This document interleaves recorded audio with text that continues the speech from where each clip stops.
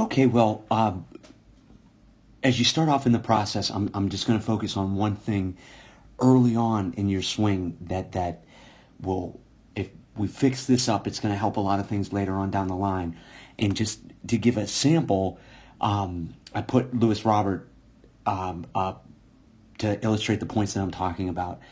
So as you go ahead and swing, first thing that I'm always looking at is our back hip load. And you definitely get into it there. That's good. Okay? So check that box. We're good there. And your travel forward, you're getting weight off of your back leg. Your lower half movement is good.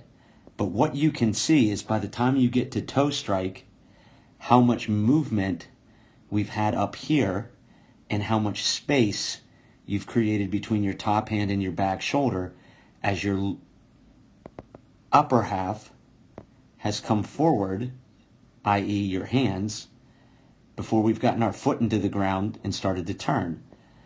So to illustrate this, I put up Robert. You can see he rocks into hip load, but that's not an issue for you. But you can see where he is at toe touch, right? And this was like the video that I showed today. And on our Google site, you know, there's a ton of videos that illustrate this. And you can watch all of those samples and see them. So again, good job back hip loading. But what we need to be doing is, as you see Robert, like I showed you guys with, no, I didn't show, I showed the older guys, Martinez today. You can just see how his hands go back a little bit as he's getting to toe touch. And then as his heel comes down and he starts to rotate, you can see how connected he is. And by that we mean up here, how his top hand stays a fist away from his back shoulder as he goes out to the ball. As you start your upper half a little early, and you can see how it's starting, we've created all of this space, which ends up giving us more of an around, around type of action.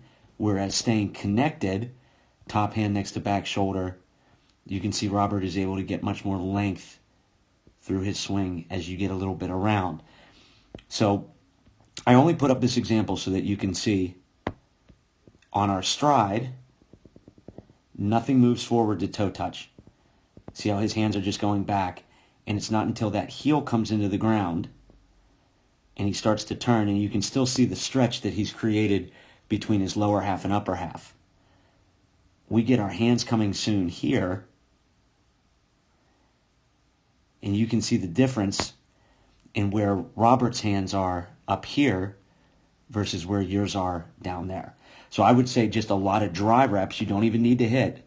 Just dry reps of feeling that, feeling that, feeling that, feeling that. Then you can feel that.